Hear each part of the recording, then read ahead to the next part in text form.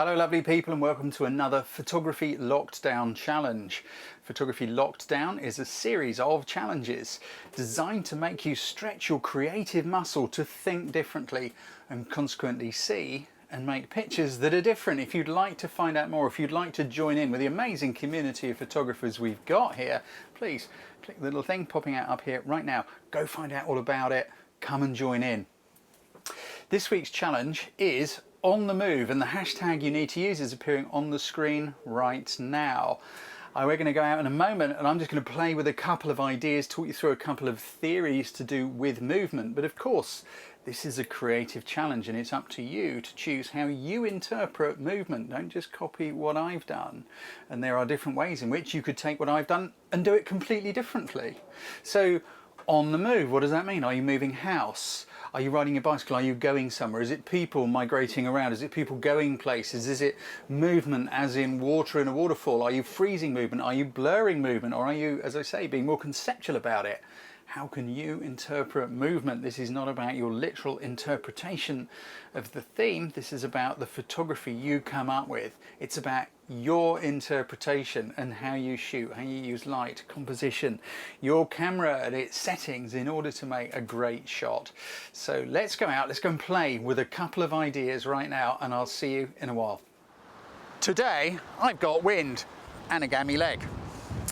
So I thought, how about this? We're going to play with moving on, movement. It's all about how you choose to interpret it. You may be able to see those reeds behind me. They're just moving a little bit in the breeze. Of course, now we got the camera out, what happens? The wind dies down. So let's talk about cameras. You see, they've just suddenly moved beautifully. I've got a shot set up over here on this camera. Notice I've got my man-style tripod. Now, I'm sorry to be sexist with this, but if you're going to shoot in the wind, you need your camera to be very steady, because what controls movement? Shutter speed. We want a slow one. How are we going to get the camera set up? If you have a little look around this side, I have one of the rare occasions when, can you see that? I've got an ND filter. I'm using a 6ND. It's like a pair of sunglasses for your camera, because I need to get rid of some light so I can have a slow shutter speed so that we can blur a little bit of this movement. How are we going to have the camera set up for that? Generally speaking, I would work in manual mode because I haven't got to worry about the exposure once it's set. But if we look at that sky up there, you might be able to see there's a few little blue holes going on up there in the sky. Can you see those, Joe? I'm getting a nod. What we want is one of those blue holes to line up so that we get some light down here. Now, I don't want to be faffing about trying to find out what shutter speed I can use with what aperture combination. So I've gone to shutter priority, something I very rarely use, maybe a fraction of a % of the time, with a neutral density filter, so that we've got very, very low light level. That means I can let the camera get on with it. I've done some test shots, checking the histogram to find the exposure that works. I'm saying to the camera, right, with this composition, I want it to be a little bit brighter or darker than you think it should be. If that stuff's confusing you, you need to go take a look at my Ultimate Beginner's course, the worstly named course in the world, because it's not just a beginner's course, it's everything you need to know about what we've just talked about. I'd love to explain it here and now. I can't. We're looking at creative ways to interpret a theme. Let me see if I can show you in here. Now I've just cocked my shot up because I had to roll the camera back so I can put this into video mode. Let's see if I can find my composition again. Now then. Right, you see the video's rolling. I just need to get my composition back. You see, I want this tree up here in the top, and we got the reeds going on down here. We've got a little bench over there. Now right now you can probably see the reeds are moving, they're blowing, which is nice. However, the light is dreadful, isn't it? It's not very exciting. So we're going to take a quick one now while we've got this dreadful light, and you'll be able to see that there's tons of movement. I'm just waiting for the optimum moment when the reeds are really moving nicely. I'm on a ½ a second exposure. Yeah, look. I think you saw then that we've got a little, oh, that's a nice one. We've got a lovely little bloom of movement there on the left. Here we go, we've got some nice ripply movement in those reeds. You just have to, oh, that was a really good one. You just got to keep playing. But also the shot looks really dull, doesn't it? Because there isn't enough light. Now, We're going to get a little lift to the light. We've got a little one now. I'm just shooting. This is what you've got to do. You just got to wait for the moment. Notice I'm not chimping in the back to check shots because we've got some nice light on those trees at the back there. I don't want to miss a moment. It's about being aware of the surroundings. You've got to be mindful when you're doing photography. So this is one way we can interpret things being on the move. Driving over here to have another crack at it and do something else, I had a thought. When we were doing those reads just now, we were doing slow shutter speed, and that's what I'm going to do here as well. But you could, of course, convey a sense of movement by using a fast shutter speed, maybe capture some shapes in the reads, and I'm really annoyed that I didn't think of trying that over there. The other thing I want to go through briefly is neutral density filters. You don't have to have a neutral density filter to use a slow shutter speed. You could do it by reducing your ISO. You can do it by putting a polarizing filter on. If you've got a big pair of sunglasses, you know, if you can hold them over the lens, you can do that. All you're doing is removing light so that you can use a slow shutter speed. And finally, why did I use shutter priority? Because it's something that I very rarely use. It's because the light is changing really fast and I don't want to be chasing the exposure manually. If we had constant light, I'd stick it on manual, set it, forget it. But there we go. So I'm going to be using another neutral density filter. Another reason for that on this camera is because I can only go down to 200 ISO, which is a bit faster than many. So I'm going to be putting on a stopper now. You can see we've got loads of people walking around, haven't we? We've got loads going on. It's busy. We're talking about on the move, aren't we? So let's see if I can capture some people on the move. We're going to have all the quayside and the water and that nice and sharp. And hopefully we're going to get a few cool shots of people moving around. Again, shutter priority. You've just seen the light change on me as I was talking. It's just changed again. So therefore, we need to make sure the camera will track it. I've used exposure compensation to set that so that I've told to the camera, I want you to expose this a little bit brighter than you think it should be. And we're just letting the camera play around with the aperture. I'm going to choose the shutter speed. Does that make sense? I'm going to want a slow shutter speed here. I want to be right down very, very slow, somewhere around the 20-second mark, I reckon, to try and capture a little bit of movement in the people. Let's give it a lash, see what happens. Oh, by the way, yeah, you may have noticed the trendy knee thing. Yeah, I know I've got a gammy knee. I've mashed up my ligaments over the years, playing around on motocross bikes and dirt bikes, and yesterday I just banged my foot in the wrong direction, and the knee's all swole up and rather sore. So I have got a lateral stabilizer on, just to save you asking in the comments, because I know you will, because you're brilliant. Right, let's have a look. Let me see. Actually, before I put on, I don't know if you can see, Joe, if you come round a bit. Right, so this ND, this is a Lee, but it just clips on the front. You don't have to have one. I like these because they're quick. But what I do want to see if I can do is shoot a little bit of video so you can kind of see what's going on in front of me. Oh dear. Let me just see what we can do. This isn't going to work very well. Oh, here we go. We're somewhere about right. Here we go. Right, you can see the shot. You can see there are people moving around, milling about. What I want to capture is this quayside, which is all kind of cool and lovely. All this will be frozen. Look at these guys walking along here. So they will record as a little bit of a blur because they're on the move. This is just the way I'm interpreting it. You are the creative master of your own photography. You can do it whichever way you like. So I just want to make sure we are on, yep, shutter priority. I now want to take that shutter speed all the way down because I had it on video mode. Let's get it real slow. How can we go? Let's see, 5, 8, 10, 13, I reckon 15 seconds should be good. So let's, I think it might be too bright actually. I'm going to go with 13 and shoot it. So now we're just going to wait while the camera does its bizzo. People walk around in the shot, we get a bit of movement blur. As I say, you can freeze movement too. If you've got waves, you might want to freeze droplets of water, something like that. It's your call, guys. You are the creative ones. What do we got? What did that look like? Yeah, it's not bad. It's not the best. There's a bit more stuff going on to my right, but I'm going to do another one of these. What I'll do is just shoot a few and we'll pop them up on the end of this little segment, because there's one last thing I want to show you to do with intentional camera movement. Because shooting things like this takes time. You've got to just hang out, see what happens, see what the world's doing around you. That looks a bit better. Let's have a look. Oh, I like that one. Oh, I like that one. That one's kind of nailed it. I love the family in the middle. I really get it. People on the move. I'll shoot a couple more from here and I'll put them up on the end, and then we're going to go look at one last way of doing this.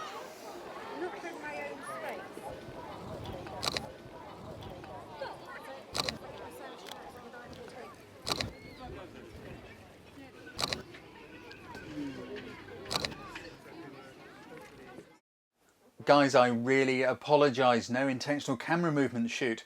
When we finished up down at the quay, looked at the time, went, oh my lord, we're going to have to boogie on because I've got other things I'm going to have to get done.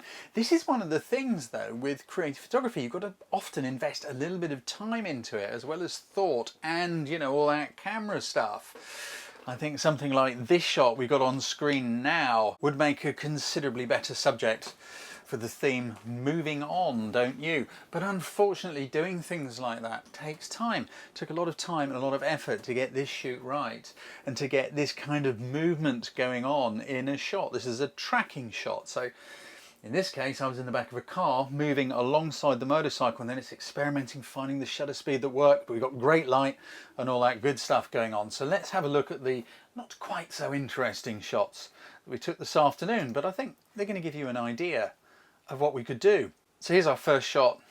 It's not very exciting, the movement's not great, the light's appalling. The second one's a bit better, the movement's quite nice I think in these reeds, but it's not so good in the trees. Now we've got a little bit of light. It is getting better. I love the movement in this tree over here, and I quite like this little bit here, and the reeds look pretty good. But it isn't breathtaking, is it? I love the movement we got in these reeds along the bottom here and that tree in this shot, and the light is still kind of working for us. It's playing ball. Now we're starting to lose the light. This is one of the things. These things take time. I really love the movement we've got going on here. However, the light's kind of lost its edge. These are all the problems that we face. And this one's just got too much movement in it. Playing around with movement, you've got to balance the shutter speed versus the speed at which the thing you're photographing is moving. So in this case, we've got a sudden big gust of wind. It's the same shutter speed as we were using back here, but we've got far more movement in it because the thing started to move faster. This is very much trial and error. You have to just keep playing and working. Now down at the quay, it was okay. It's not quite what I envisioned, because when we arrived there were people everywhere. You couldn't drive down the road here or anything. There were so many people. I thought that'd make a great movement shot. And then by the time I got the camera unpacked, blah, blah, blah, blah, blah. Racing drivers' excuses. But, you know, I kind of like these two ghostly girls here, but the shutter speed was just a little bit too slow. And they didn't record that well. They sort of paused for a moment looking at their phones, which I rather like, but then they kind of moved quite quickly. You see this line in front of them where they moved off. Yeah, this one's okay, but it's not great. You get the idea of what we were playing with. Those are the two, I think, which we shot in the video. I think it was this one and this one, maybe. Can't remember. We're losing the light a little bit here. Look at the difference. You see we've got some shadows there and they've disappeared here. Shadows make a world of difference. Shadows mean we got some more interesting light going on. It probably would have been better shot from the other side, but it wasn't. Again, little group of people walking through. They're going too fast for the shutter speed, and other people around are moving too slowly. This is a never-ending balance. Again, it's not great looking this way. Now, after we'd stopped recording, turned around the other way, and I kind of prefer this. Again, we'd lost the light, but I love the fact this guy isn't moving a muscle. This was probably a half a second exposure. We got some quite good little bits of movement. I have to confess, none of them are particularly eye-catching. I quite like this because we've got movement in between frozen. You know, look at these two. They didn't move a muscle yet. We've got people walking through and they blurred a bit. But the human interaction isn't as good as it could have been. And it doesn't really have that feeling of moving on at all. I kind of like this one in some ways. The guy sitting in the middle here, he's a bit too dominant, but you know, as I say, I just thought we can't stay here all day. This is Joe, the cameraman. I said, Joe, go and stand over there, because we just wanted a little bit of somebody in this space. I love the people walking around here, but again, The shutter speed was a bit too fast for what was going on. We got some frozen amputated feet going on, haven't we? Where a foot goes on the ground, the person moves. These are all the things you have to watch out for. The thing I love in this shot is this girl here actually with her camera. There's something going on. I think it's an intriguing shot, but it doesn't quite capture the spirit of moving on, I guess, unlike this one here. But there we go. We couldn't do that one there. We couldn't plan it. We weren't able to arrange a shot like that. There's a lot of work goes into things like that. That was probably the best part of a day's work to get it all planned, set up. Wait for the right light, wait for the right conditions. You can't imagine the number of times that we had to take the car that's going alongside the bike and then go, oh no, we're going to have to cut in behind, and finding the right speed that the bike was travelling at. It looks like he's going quite fast. I think he was doing about 40 miles an hour, but it was the right speed of the bike to be able to balance it all out. So the shutter speed's fast enough to freeze him, but let the background blur. You have to put a fair bit of work into this sort of thing, but you don't have to do what I just did. You can interpret moving on any old way you like. Please remember, do not post archived images. We want you to go out and shoot something for the challenge, because the whole point of this is practice. It's not about winning, it's not about getting a shout out in the judging. It's about you having a challenge and going and practicing, making the old brain juices work pretty hard, because that's the only way we ever get to improve and to learn. Photography Lockdown is run on donations. As you know, it takes a lot of work to do this. If you'd like to become a patron and donate just the cost of a takeaway coffee a month, that will help keep it going. If everyone just put in a takeaway coffee a month, we'd be rocking and rolling. Click up here and just mouse over, the little eye thing will come back. It'll take you to the Photography Lockdown page. You can find out how you can make a donation there, which would be super appreciated, because that's what keeps the boat afloat. Go and be more creative than I was in the video. Think up what might work. Find different ways to interpret moving on. Put your images into the relevant album, the Moving On album, on our Facebook group. Don't forget to use the hashtag that's on screen, and I look forward to seeing you in the live judging events, and I can't wait to see what you guys come up with. You've got 2 weekends, 10 days overall. Go rock it.